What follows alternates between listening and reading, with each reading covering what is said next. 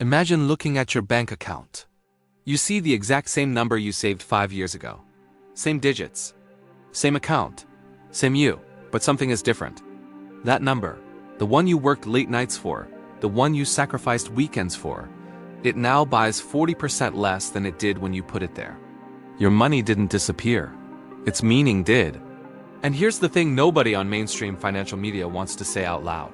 In the West, we are not waiting for a sudden crash. We are not one bad day away from collapse. What's happening is slower. It's quieter, and in many ways, it's far more dangerous. We are living through a slow, calculated liquidation of the middle class. And today, we're going to show you exactly how the trap is being set. We're going to follow the money. We're going to follow the policy. And by the end of this video, you will never look at your paycheck or your savings account the same way again. This is not a conspiracy theory. This is economic reality, backed by data, backed by history, and backed by the decisions being made right now in boardrooms and central banks that most people will never hear about. Chapter 1. The Illusion of Stability. Let's start with a question most people have never actually thought through. What is inflation, really? The textbook answer is too much money chasing too few goods. Simple enough. But that definition hides something important. Inflation isn't just an economic event, it's a transfer of wealth. And it always transfers in the same direction, away from savers and toward asset holders. Here's the historical truth. In 1971, President Nixon made one of the most consequential financial decisions in modern history. He ended the convertibility of the US dollar to gold, what became known as the Nixon shock. Before that moment, every dollar in existence was theoretically backed by a physical asset. After that moment, the dollar became, in technical terms, a fiat currency, backed by nothing except the trust and authority of the US government. And the immediate consequence? Inflation exploded. By 1980, the US was staring down inflation rates of nearly 15%. The Federal Reserve, under Paul Volcker, had to raise interest rates to a staggering 20% to kill it. 20%. Let that sink in. People lost their homes. Businesses collapsed. The economy contracted sharply, but inflation was tamed. And then, something interesting happened. Central banks around the world, learning from that trauma, became obsessed with one thing: keeping inflation low, stable, and predictable. The magic number they landed on? 2% per year. And this is where it gets subtle. Because 2% sounds harmless, almost nothing. But let's do the math together. At 2% annual inflation, the Fed's own stated goal, your purchasing power is cut in half every 35 years. That means if you're 30 today and you retire at 65, the money you have now will only be worth half as much in real terms when you get there. But here's the thing. We haven't been at 2%. Between 2021 and 2023 alone, cumulative inflation in the United States hit nearly 18%. In the UK, it peaked at over 11% in 2022, the highest rate in 4 decades. Grocery prices in Britain rose by as much as 19% in a single year. So who was responsible? And more importantly, who benefited? That's exactly what we're going to unpack. But first, we need to talk about how the official inflation numbers are calculated. Because the way they measure it changed significantly. And the changes always seem to make inflation look smaller than it actually was. Chapter 2, the numbers game. The Consumer Price Index, the CPI. You've heard it mentioned on the news every month. It's the official measurement of inflation in the US, and similar indices exist across the UK and Europe. But here's something most people don't realize. The way the CPI is calculated has been changed significantly over the past 40 years. And nearly every change made inflation appear lower. In 1983, the way housing costs were measured was changed. Instead of tracking actual home prices, they introduced something called owner's equivalent rent, essentially asking homeowners what they think they'd get if they rented their home. It smoothed out the explosive reality of what was happening in the housing market. Then came substitution bias. The idea that if the price of beef goes up, people just switch to chicken, so we should adjust our inflation basket accordingly. Which sounds reasonable on paper. But it means the CPI measures a declining standard of living as if it were price stability. And then hedonic adjustments. The idea that if your laptop is twice as fast as last year, its effective price has gone down, even if you paid more for it. Now, economists can debate the merits of these adjustments. But here's the undeniable reality. If you use the CPI methodology from 1980 to calculate today's inflation, independent analysts estimate the real rate has often been running at 7 to 10%, not 2 to 4. Think about your own life. When was the last time your monthly expenses only went up 2%? Your rent went up more than that. Your car insurance went up more than that. Your grocery bill, your energy costs, your childcare if you have kids, all of it has outpaced official inflation figures by a significant margin. And this matters enormously, because the CPI is used to set government benefits, to benchmark wage negotiations, to set Fed policy. If the number is artificially low, wages stay artificially low. Benefits rise less than they should. And the gap between what people earn and what life actually costs quietly, relentlessly widens. But inflation is only one side of the trap. Because while your purchasing power was being eroded from below, something else was happening above. Something that would lock the middle class out of the one ladder that leads to real wealth. If you're finding this important, subscribe to Elite Wealth Hub, because we break down the money stories that mainstream finance never touches. Chapter 3. The Asset Trap. September 2008. Lehman Brothers collapses. The global financial system is on the edge of a cliff. The Federal Reserve, under Ben Bernanke, makes a historic decision. They will flood the financial system with newly created money to prevent total collapse. This was called Quantitative Easing, QE, and at the time, the argument made sense. The economy was seizing up, credit markets were frozen. Something dramatic had to be done, but here's what actually happened with that money. The Fed created roughly $3.5 trillion between 2008 and 2014. They used it to buy government bonds and mortgage-backed securities. This pushed bond yields down, which made borrowing cheap, which inflated asset prices, stocks, real estate, private equity. Who holds assets? Wealthy people. Who doesn't hold significant assets? The middle class. Who mostly earn wages, park money in savings accounts with near-zero interest rates, and rent their homes or hold mortgages they can barely afford as house prices skyrocket. Between 2009 and 2020, the years following the QE era, the S&P 500 rose by over 400%. The top 10% of Americans, who own approximately 89% of all stocks, got dramatically richer. Meanwhile, median wages in the US in real, inflation-adjusted terms barely moved. And then, just as the middle class was slowly absorbing these realities, COVID hit. The Fed didn't just repeat 2008, they went further. Between March 2020 and early 2022, the Federal Reserve's balance sheet expanded from roughly $4 trillion to nearly $9 trillion. They'd printed more money in 2 years than had been created in the Fed's entire prior century of existence. And the result? The stock market, after a brief crash, went on one of its most extraordinary bull runs in history. Home prices surged 40% between 2020 and 2022 in many US markets. In the UK, average house prices hit record highs. People who already owned homes and stocks got much wealthier. People who didn't, who were saving for a deposit, who were trying to get their first foothold on the property ladder, watched that ladder get pulled further and further out of reach. Do you think this system is sustainable? Because the people at the top of it certainly seem to want you to believe it is. But there's a fourth mechanism in this trap, one that's been hiding in plain sight for decades. And it involves the most dangerous four-letter word in personal finance: debt. Chapter 4. The Debt Machine. Let's go back to the 1970s again. After Nixon's shock, as inflation started eating into living standards, something interesting happened. Instead of raising wages proportionally, which would have cut into corporate profits, the financial system offered an alternative: debt, credit. Cards became widely available to the American middle class in the 1970s and 80s. Mortgage lending expanded.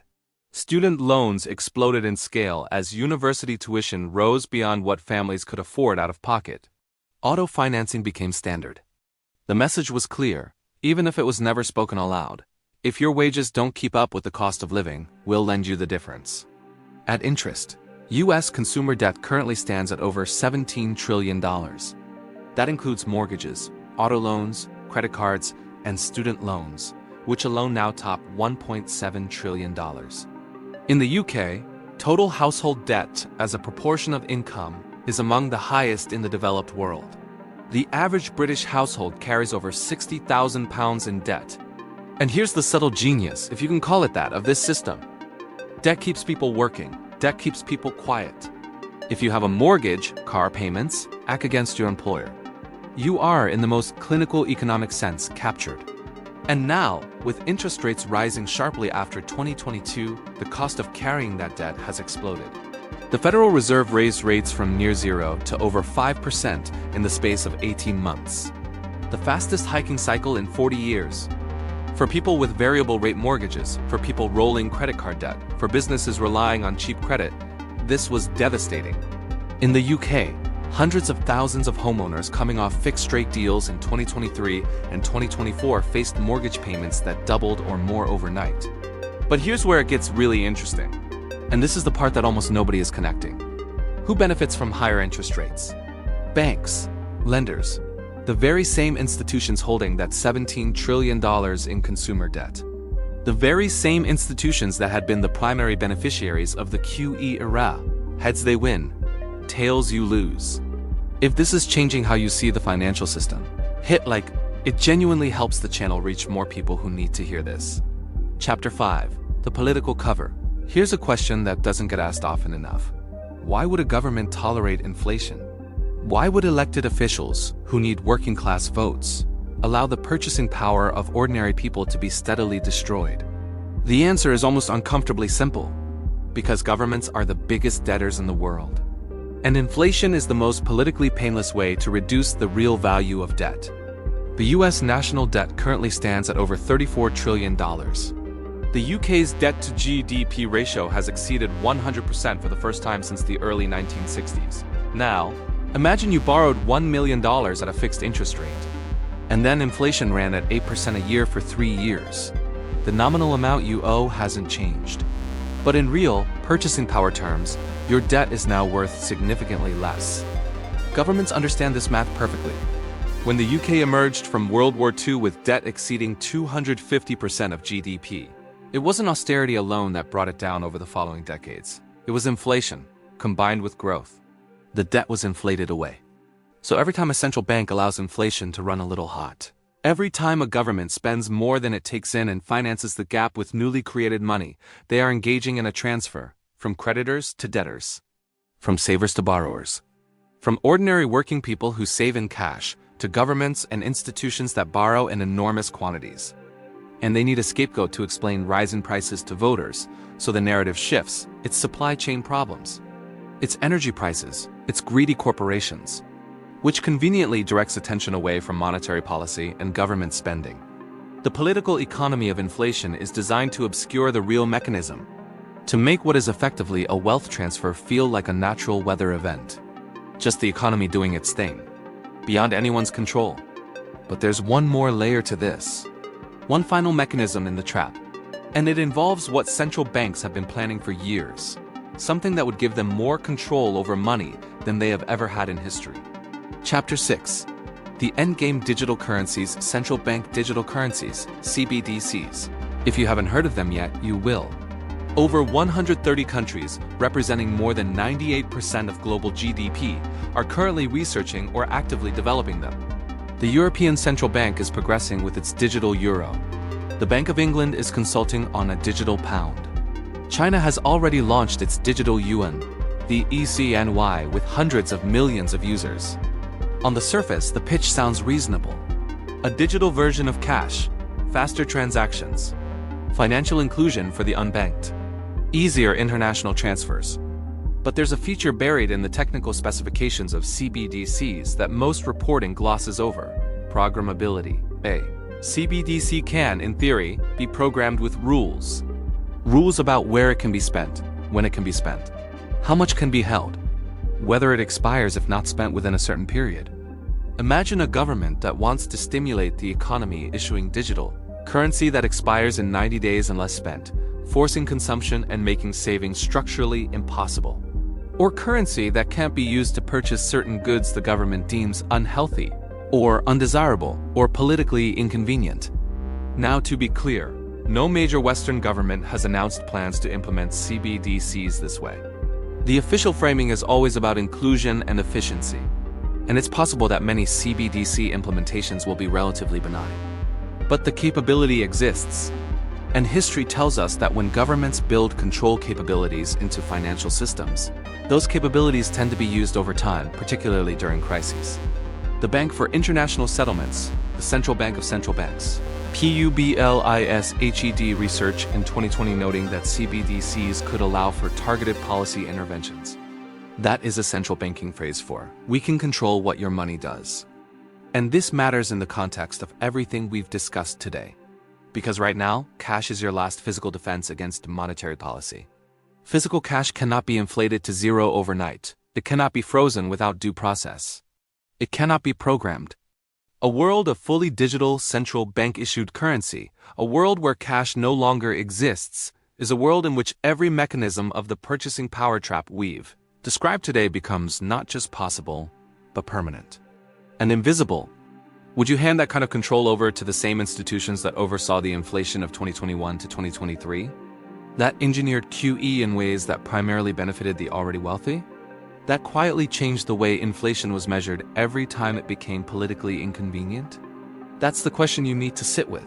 Conclusion: what can you actually do? I want to be honest with you.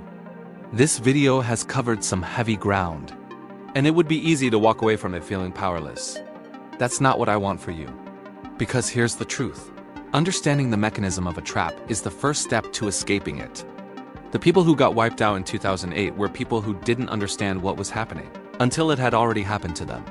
The people who came out ahead, who bought assets at the bottom, who had hard currency hedges, who understood inflation's direction of travel, were the ones paying attention before the crisis.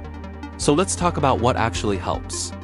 First, understand the difference between assets and savings. Cash savings are the primary vehicle through which purchasing power is destroyed by inflation. Hard assets, real estate, equities, commodities, and inflation-protected securities have historically held purchasing power better over time. This isn't financial advice. It's financial history. Second, understand what you're actually earning. If your savings account pays 4% interest and real inflation is running at 6%, you are losing 2% per year in purchasing power. That's not saving. That's slow-motion wealth destruction wearing a savings account label. Third, become fluent in macroeconomics. You don't need a degree, but you need to understand monetary policy cycles. When central banks expand money supply, what happens to asset prices? When they contract, what happens to debt-heavy balance sheets? This literacy is one of the highest returning investments you can make. And fourth, and this is perhaps the most important, watch the decisions being made at the top. The Fed's balance sheet, congressional spending bills, CBDC development timelines. These are not abstract political events. They are forces that will directly shape the value of everything you earn and save. The slow liquidation of the middle class is not inevitable. It's a policy choice, and policy choices can be reversed. But not by people who aren't paying attention. That bank account balance you started this video thinking about, it can mean something again. But only if you understand the forces trying to take that meaning away. Here at Elite Wealth Hub, this is what we exist to do. To cut through the noise, the spin, and the deliberately complicated language of modern finance, and give you the map. Because here's the line I want you to leave with. The system was not designed to fail. It was designed to make you forget it was working against you. Share this video with one smart person in your life who needs to hear it. Not to scare them, to arm them.